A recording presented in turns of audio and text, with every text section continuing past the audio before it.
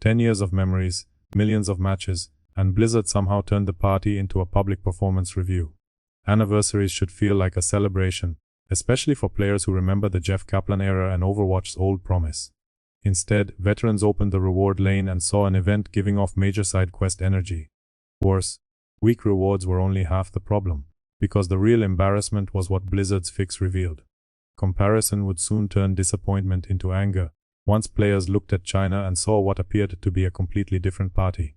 Originally, the 10th anniversary event launched on May 12th with the usual language of legacy, gratitude, and celebration. Fans expected a milestone. Executives handed them a grind. Reward boxes came stuffed with epic decennium recolors, sprays, icons, name cards, and filler.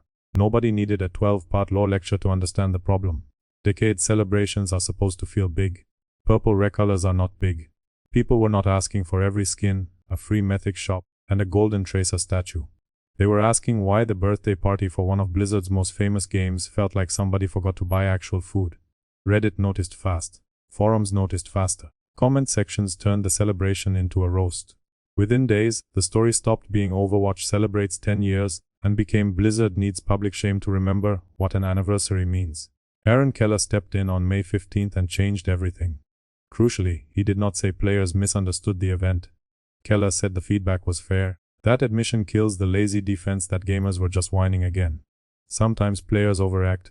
Here, Blizzard saw the smoke and admitted the kitchen was on fire. Following that admission, the fix came fast. Week 2 community loot boxes were doubled. Next week 3 community loot boxes were tripled. Challenges were adjusted so players needed 60 games to earn all 15 anniversary loot boxes, wins counting double. Everyone would also get a special anniversary loot box in week 3 containing 4 guaranteed legendary skins.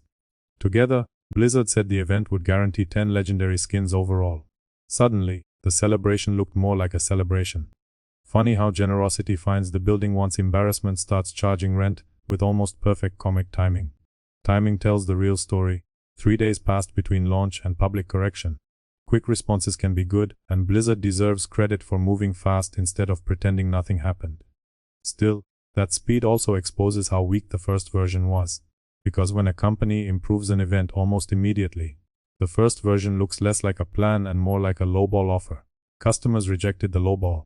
Management folded. Complaints did the quality control. But this is not just about one bad event, it is a symptom of a much larger trend in how these games are built today. Now look at the reward pool that started this mess. Epic Decennium skins were mostly purple, and white recolors for launch heroes.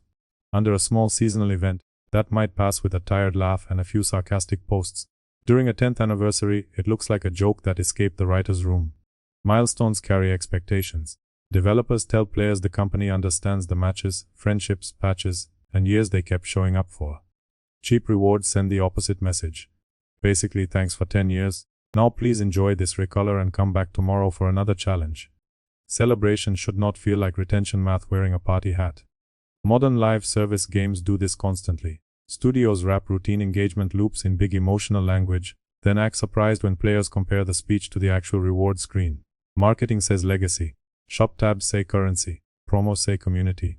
Menus say grind. Players feel that gap instantly.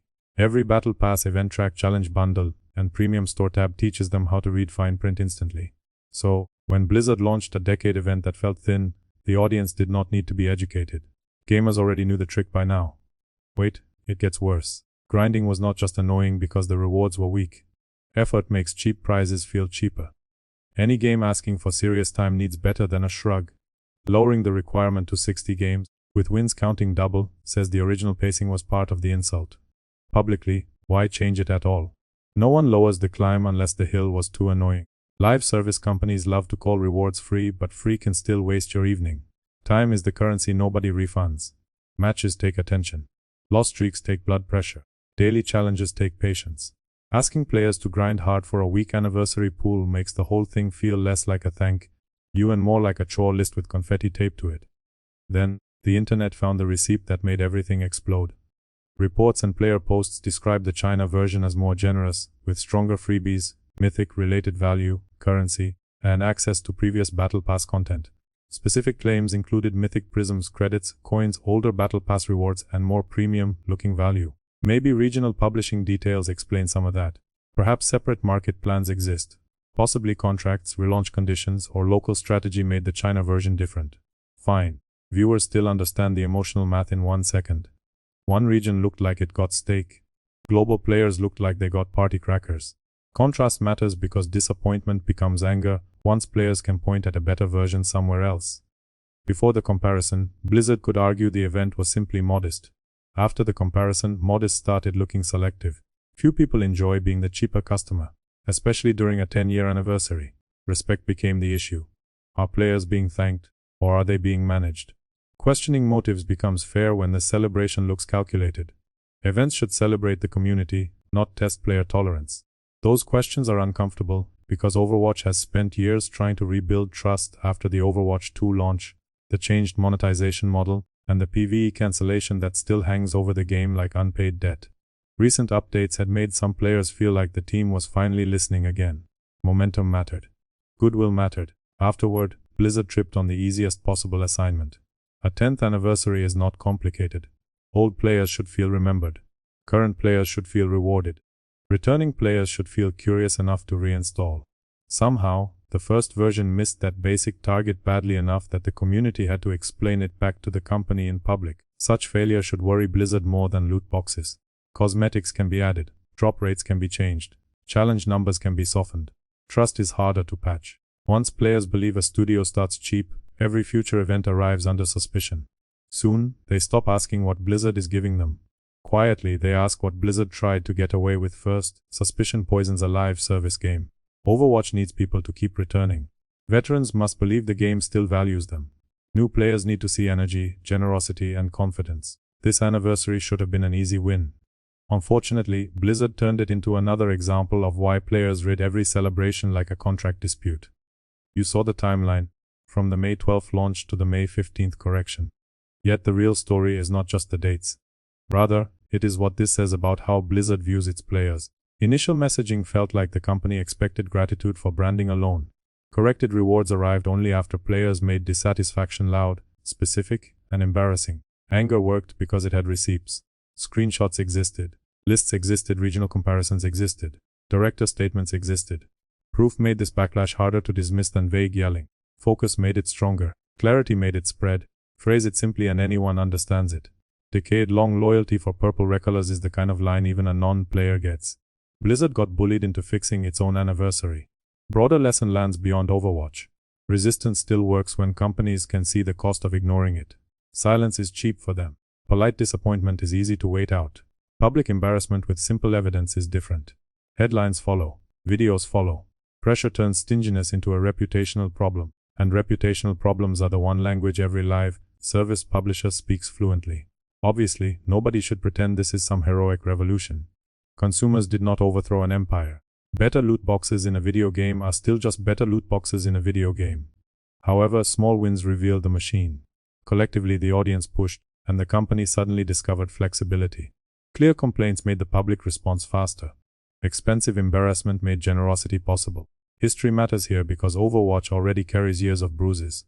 Launch memories, sequel confusion, monetization fights, and broken goodwill all sit behind the reaction. None of that disappears because one director post sounds honest. Confidence returns slowly. Value must arrive first, words can follow. Actual rewards need to lead the apology. Investor logic also hangs over this whole mess. Publishers keep learning the wrong lesson from loyal communities. Loyalty becomes a number in a deck. Engagement becomes proof that players will tolerate less. Metrics can show logins, playtime, challenge completion, and store visits, but they cannot measure the moment a player starts feeling used. Single bad anniversary will not kill Overwatch. Repeated moments like this can change how people receive every announcement. Roadmaps start sounding like apologies written early. Trailers start looking like distractions from the economy screen. Cosmetic previews become less exciting when players assume the good stuff already has a price tag waiting.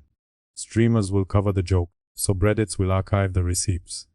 Casual viewers will hear the simplest version, which is that Blizzard needed 3 days of public pressure to remember how a birthday works. Nothing about that helps the brand. Everything about it teaches players to push harder. Yes, Blizzard improved the event. Good. Even then, the funniest part remains, the improvement proved the complaint. Audiences should remember that part. Loyalists were not confused. Supporters were not spoiled children throwing a tantrum over pixels. The 10th anniversary launched weak, the community called it weak, and Blizzard changed it within days. Case closed. Future Overwatch events now carry a warning label. If Blizzard wants applause, it has to bring actual value, not just nostalgia recolors and a shop standing nearby with its hand out. Otherwise, players already know the routine. First, they will check the rewards. Second, they will compare regions. Third, they will measure the grind. Finally, they will ask what got held back. Noise will return if the answer looks cheap, because this anniversary proved that noise still works. Blizzard proved it will listen if the fire is hot enough. So the real question is why players have to start the fire every single time.